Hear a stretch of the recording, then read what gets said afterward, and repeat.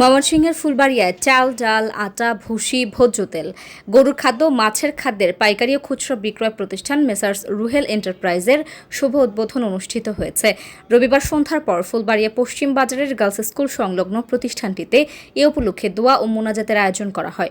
অনুষ্ঠানে নতুন এ প্রতিষ্ঠানের সফলতা ও সমৃদ্ধি কামনা করে মোনাজাত পরিচালনা করেন বাংলাদেশ খেলাফত মজলিসের উপজেলা সাংগঠনিক সম্পাদক কামরুল ইসলাম। প্রতিষ্ঠানটির পরিচালক মোহাম্মদ শফিকুল্লাহ বলেন, এখানে চাল, ডাল, আটা, ভুসি, ভোজ্য তেল, গরুর খাদ্য, মাছের খাদ্য সহ বিভিন্ন ধরনের খাদ্যপণ্য খুচরা ও পাইকারি বিক্রয় করা হবে। এ সময় তিনি ক্রেতাদের তার নতুন এই প্রতিষ্ঠানে আহ্বান জানান।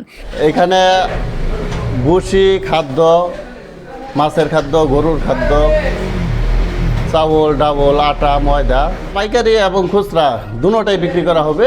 ফুলবাড়িয়া এবং আশপাশ এলাকার সকল মুদি দোকানদের জন্য আমি তাদেরকে আহ্বান করছি, তারা যেন আমাদের এইখান থেকে সুলভ মূল্যে জিনিসগুলো ক্রয় করে।